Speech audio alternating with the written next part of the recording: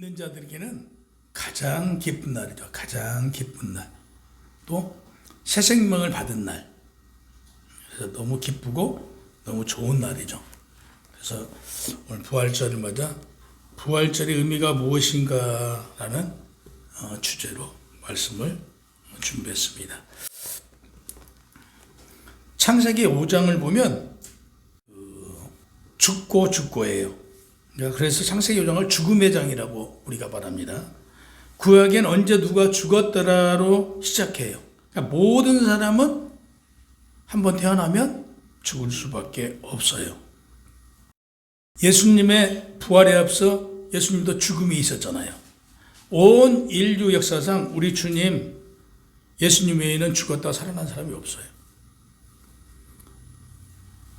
물론 사람의 연수는 태어날 때는 태어나도 갈 때는 몰라요. 누가 먼저 갈지 제각기 달라요. 창세기 5장 21절 이하에 보면 에녹이 65세에 무두셀라를 낳았고 무두셀라를 낳은 후 300년 동안 하나님과 동행했다라고 기록되어 있어요. 다시 얘기해서 300년 동안 아이를 낳았대요. 에녹이. 그러면 300년 동안 하나님께 쓰임받았다. 이렇게 볼 수 있어요. 그래서 365세에 하나님이 그를 데려가셨어요. 근데 이 에녹이 낳은 아들 중에 우리가 기억해야 될 거죠. 무드셀라. 가장 오래 살았죠. 무드셀라는 187세에 라멕을 낳은 후 780년 동안 지냈어요. 이걸 합히니까 자그마치 969살까지 살았어요. 오늘날은 120세가 제일 길다라고 성경은 말하잖아요. 길어야 120세라고. 근데 무드셀라는 969세까지 살았다. 욥기 기자는 인간을 마치 곡식으로 비유를 했어요. 곡식이 다 익으면 고개를 숙이죠. 근데 고개를 숙이고 나면 곡식은 베어버리잖아요. 우리 인간도 이 세상에 태어나서 익어지면 잊고 세상을 어떻게 살아야 되는지 모든 걸 깨닫고 하나님께 좀 온전해질 듯 하면 죽음이 눈앞에 와 있어요. 곡식단하고 비유했어요. 욥기에도 그렇게 기록이 되어 있고요. 그래서 곡식도 다 익으면 그걸 거두어서 창고에다 드리잖아요. 그래도 사람도 죽으면 어디로 가요? 지옥과 천국으로 가서 창고에 들어가듯 지옥과 천국으로 들어간다. 이렇게 비유해서 말씀하고 있어요. 근데 이 죽음은요, 우리가 죽음을 연기할 수 있어요? 어떤 뇌물을 주고 죽음을 연기할 수 있어요? 못하잖아요. 죽음은요, 그 어떤 뇌물로도 통하지 않고요, 어떤 사정도 봐주지 않아요. 그래서 인간에게 있어서 무자비한 게 죽음이죠. 네, 무자비한 게 죽음이에요. 자비가 없어요. 목사님의 어느 예화를 보니까 13살 먹은 아이가 뇌종양으로 죽었어요. 그 죽은 아이의 비석에 그 어머니가 엄마 머리가 너무 아파요 라는 문구로 시작하는 글이 올라와 있어요. 그 글을 보면 너무 그 아이의 고통과 그 어머니가 그 아이를 먼저 보내야 되는 그 슬픔이 기록되어 있는데 이 그런 아픔조차도 죽음은 외면해요. 피해갈 수 없다는 것이죠. 죽음이란. 그래서 무덤이라는 곳을 한번 들어가면 나올 수가 없는 곳이에요.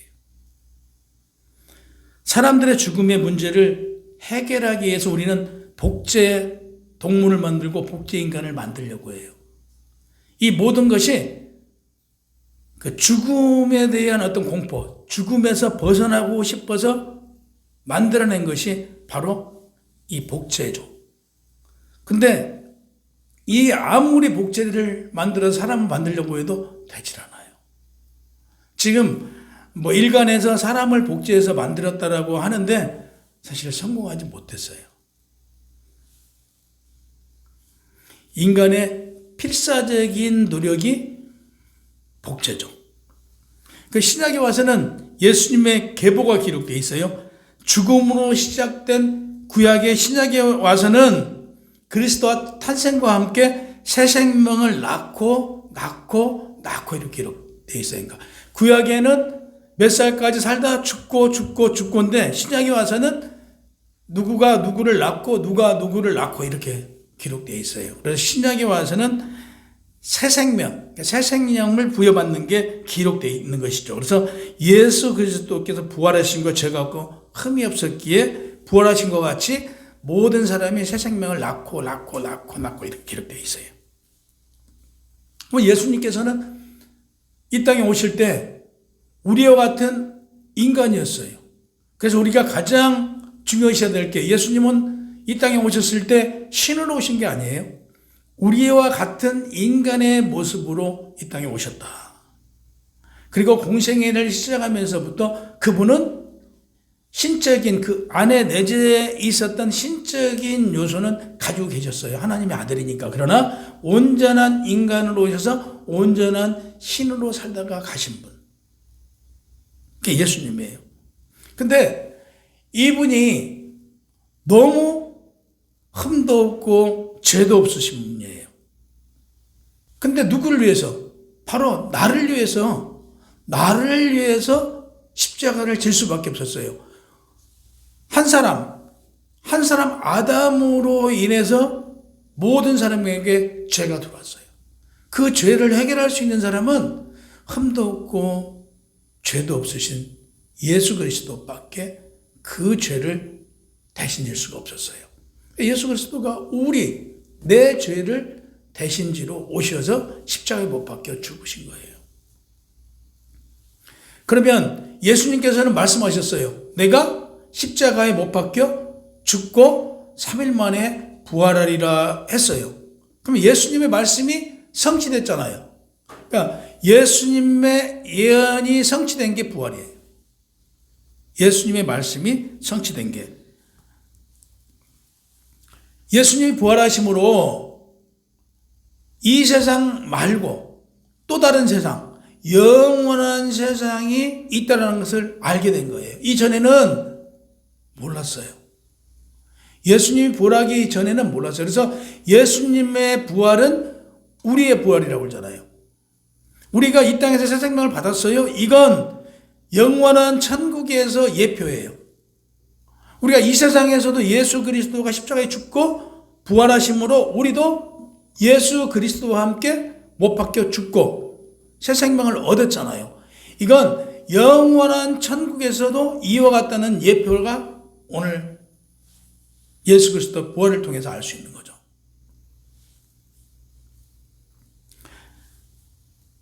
그러면 영원한 생명의 나라, 영원한 천국은 나 혼자 가느냐? 절대 혼자 못 가요. 내가 예수님과 함께 십자가에 못 박혀 죽고 부활하고 새 생명을 얻은 자만이 영원한 천국에 갈 수 있어요. 그러면 우리가 뭘 느껴야 되냐? 내가 십자가에 죽고 다시 살아났어요. 그럼 십자가에 죽은 옛사람이 그대로 남아있다고 그러면 이 사람은 새 생명을 받은 사람일까요? 새 생명을 받지 못했다라고 볼 수 있어요. 내가 새 생명을 받았으면 나의 옛사람을 죽여야 돼요. 그래서 계속 우리는 매일 사도 바울이 그랬잖아요. 매일 죽는 연습을 한다고요. 매일 죽는 연습을 해요. 그래서 우리는 매일 죽는 연습을 해야 돼. 화가 나도 참고 또 화가 나도 참고 또 참고 또 참고 또 참아야 돼. 근데 이걸 못해요. 그래서 내가 매일 새롭게 살고 새로워지고 있다는 걸 깨달아 있어야만 내가 새 사람이 된 것이다. 내가 새 생명을 받은 새 생명을 받고 이 세상을 살아가고 있다는 것이죠. 그래서 날마다 실감해야 돼요. 내가 새 생명을 받았다. 그래서 영적인 사람은 어떤 말을 하냐? 내 탓을 해요. 어떤 문제가 생기면 누구에게 그 탓을 돌리잖아요. 내 문제를 생각해요. 그래서 어떤 문제가 생기면 이건 내가 잘못해서 나의 문제구나라고 내가 깨달아야 돼요. 근데 영적이지 않는 사람은요, 육적인 사람은 어떻게 생각해요? 또 저 사람 때문에 또 내가 누구 때문에 이렇게 된단 말이에요. 그래서 영적인 사람은 누굴 탓하지 않아요. 내 문제예요.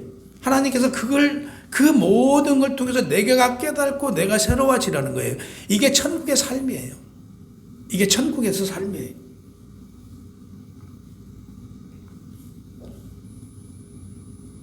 그래서 우리가 예수 그리스도가 오늘 부활하신 날이에요. 그럼 예수 그리스도와 더불어 내가 부활을 했는데, 그럼 내가 영적인 삶을 살아갔을 때 예수 그리스도의 부활의 완성이에요.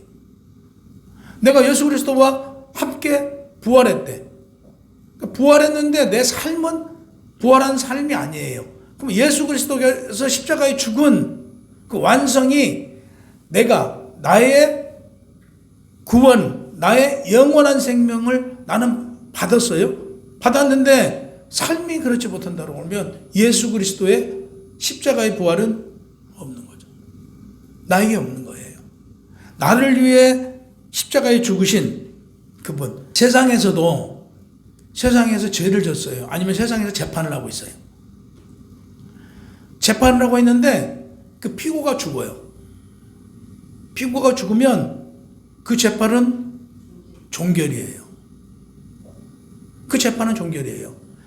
자, 이런 게 예수 그리스도의 십자가에서 죽으신 예수 그리스도의 우리를 위해서 죽으심, 이걸 깊이 한번 생각해 보세요.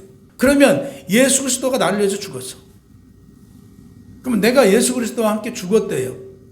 그러면 내 죄가 예수 그리스도와 더불어 죄사함을 받은 거잖아요. 이걸 세상에서도 그대로 적용해서 법정에서 쓰고 있다고요. 그럼 내가 죽어야죠. 예수 그리스도와 함께 내가 죽어야죠. 내가 살아서 날뛰면 예수 그리스도의 죽음이 헛된 죽음이 된다 이거죠. 내가 같이 죽어야 돼요. 그러면 오늘 부활했어요. 예수 그리스도와 함께 내가 오늘 부활했어. 부활했으면 육적인 사람은 죽고 이제 영적인 사람이 되었단 말이에요. 영적인 사람의 삶을 살아가야 된다. 그 요나가 하나님의 말씀을 불순종해요. 그래서 물고기 뱃속에 들어가요. 이게 죽음이에요, 죽음. 근데 요나가 다시 물고기가 그걸 삼키지 못하고 뱉어내잖아요. 이건 요나가 간절하게 하나님께 기도를 해요. 자기 잘못을 뉘우쳐요. 하나님하고 제가 잘못했습니다라고 회개를 해요. 회개를 하니까 그 죽음이 요나를 삼키지를 못해요. 가둬둬야 될 거 아니에요. 그 죽음이라는 게 요나를 가둬둬야 되는데 하나님의 용서를 받은 요나를 깨끗함을 입었잖아요. 죽음이 가둬놓지를 못하고 결국에 다시 토해낸단 말이에요. 그러면 예수 그리스도가 십자가에 죽으심도 마찬가지잖아요. 흠도 죄도 없으신 우리 주님이 십자가에 못 박혀 죽으셨어요. 물론 하나님의 계획이지만 십자가에 죽은 예수 그리스도를 죽음이 가둬두지를 못해요. 어떻게 해보지를 못해요. 결국 예수님은 다시 살아날 수밖에 없어요. 물론 하나님의 예정과 작정이 있으셨지만 예수 그리스도도 역시 죄도 흠도 없이 이기신 분이에요. 누가복음 4장 1절 이하에 보면 마귀 원수가 예수님을 넘어뜨리려고 하잖아요. 첫 번째, 내가 만일 하나님의 아들이면 이 돌들로 명하여 떡을 만들려고 그래요. 두 번째, 마귀가 또 예수를 이끌어 올라가서 순식간에 천하만국을 보여주면서 내가 나에게 절하면 이 모든 걸 너에게 준대요. 근데 이 모든 걸 내가 너에게 줄 수 있는 권한이 있대. 이렇게 말합니다. 세 번째, 성전 꼭대기에 올라가서 만일 하나님의 아들이면 여기서 뛰어내려 버려요. 네 번째, 그들의 손에서 너를 받들어 내 발이 돌에 닿지 않도록 하라라고 얘기를 해요. 마귀가. 예수님은 한마디로 12절에 말씀하시니 주 너희 하나님을 시험하지 말라 하였느니라. 13절에 마귀가 모든 시험을 다한 후에 예수님으로부터 얼마 동안 떠나 있어요. 영원히 떠난 게 아니에요. 여기서 얼마 동안 마귀가 떠나 있어요. 그래서 마귀는요 늘 우리 곁에서요 틈을 타고 있는 거예요. 매일 보고 있는 거예요. 그래서 우리가 빈틈이 생기면 마귀는 바로 들어와요. 그래서 바로 넘어질 수밖에 없어요. 이게 이 정도로 예수 그리스도가 죄로부터 승리하고 어떤 흠이 없었기 때문에 죽음이 예수 그리스도를 잡아둘 수가 없었던 거예요. 그러면 예수 그리스도의 부활은 역사적인 사건이에요. 로마 초대왕 아구스도가 재직했고 유대 왕으로는 헤롯이 재직할 때 아비의 반열의 제사장 한 사람이 사가랴여 그의 아내 엘리사벳은 나이가 많아 아이를 잉태할 수 없었으나 하나님께서 엘리사벳의 기도를 들으시고 성령이 나타나 아이를 주시겠다고 했어요. 이게 누구냐면 세례 요한이에요. 이때가. 그러면 이로부터 6개월 후에 또 하나님의 천사가 나타나서 마리아에게 성령으로 내게 잉태하였느니라 라고 얘기를 해요. 이 일이 있었단 말이에요. 그러니까 역사적인 사건이에요. 이게 뭐 성경의 어떤 허구로 기록된 게 아니고 역사적인 사실이 기록된 내용이다. 그래서 성령으로 잉태한 예수 그리스도가 이 땅에 태어나요. 이게 누가복음 1장 30절에 보면 세례 요한이 잉태하고 하나님의 천사가 마리아에게 나타나 마리아에 무서워하지 말라. 내가 하나님의 은혜를 입어 성령으로 잉태하였다라고 말해요. 예수의 부활은 하나님께서 승리하신 사건이에요. 이 부활 사건은요, 예수님의 승리도 있지만 하나님의 승리예요. 우리에게도 승리 사건이에요. 고린도전서 15장 4절 장사 지낸 바 되었다고 성경대로 다시 살아나셨기에 그리스도의 부활은 예언의 성취고 예수 그리스도의 죽음과 부활의 인류 구원이고 예수님의 십자가 죽음은 기독교의 가장 중요한 진리 중에 하나예요. 부활이 없으면 예수 그리스도의 십자가 죽음이 없었으면 우리 죄사함을 받지 못했고요. 예수 그리스도의 부활이 없었으면 우리에게 새 생명을 우리는 받지 못했어요. 영원한 천국에 갈 수 있는 우리는 하나님으로부터 티켓을 받을 수가 없었어요. 십자가의 부활이 없었다면 진정한 구원의 역사 성취될 수 없었어요. 우리가 주님과 함께 십자가에 죽고 주님과 함께 부활함으로 하나님께서 우리한테 영원한 생명, 구원은 물론이고 영원한 하나님의 나라 갈 수 있는 티켓을 우리는 받은 거예요. 그 티켓을 티켓을 받았다고 해서 다 갈 수 있느냐? 그것은 전 아니라고 봐요. 구원은 받았지만 영원한 천국은 거기에 합당하는 하나님의 믿음, 예수 그리스도와 함께 동행하는 그런 삶의 비용이 따라야 될 걸로 보아져요. 믿는 자에게는 구원받고 영원한 천국에 갈 수 있는 것이라고 단정지어서 성경은 말해요. 우리 장로교는 그렇게 말하고 있지만 전 여기서 좀 더 붙여서 삶이 동반되지 않는, 예를 들어서 물론 죄사함은 받았어요. 믿음으로. 내가 십자가의 죽음으로 죄사함은 받았어요. 근데 죄사함을 받았다고 해서 내가 세상 사람보다 못해요. 악마처럼 살아요. 그러면 천국이 악마들이 득실거리는 그런 나라는 아닐 것이라는 얘기죠.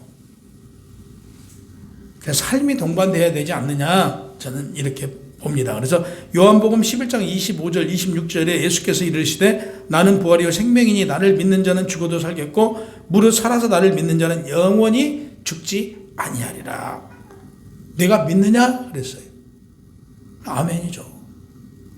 그래서 고린도전서 15장 20절 21절에 보면 사망이 한 사람 아담 때문에 모든 사람이 죄인이 되었고 죽은 자 부활도 한 사람 예수로 말미암아 살아났다라고 말합니다. 그러니까 아담 안에서 모든 사람이 죽었지만 예수 안에서 모든 사람이 다시 새 생명을 받아 살아난 거예요. 그래서 부활의 첫 열매가 되신 예수 그리스도와 우리가 동행했을 때 우리의 삶이 변화되고 내가 내 삶을 변화할 수 없어요. 내가 나를 바꿔나갈 수 없어요. 내가 예수님께 의지하고 예수님 삶을 우리가 생각하고 예수님께 의지하고 성령님께 나를 온전히 나를 드렸을 때 내가 변해갈 수 있어요. 근데 영원히 이 습관 하나 고치는 것도 얼마나 어려운데 내가 내 의지로 내가 변해간다? 이건 불가능해요. 하나님께 의지하고 맡겼을 때 변화받을 수 있다. 그래서 오늘 부활주의를 맞아 또 부활절을 맞아 우리 예수님과 함께 우리가 부활해서 새 생명을 얻은 걸 다시 한번 감사하며 하나님의 은혜와 복이 우리들 위해, 여러분들 위해 함께하기를 주님의 이름으로 축원합니다.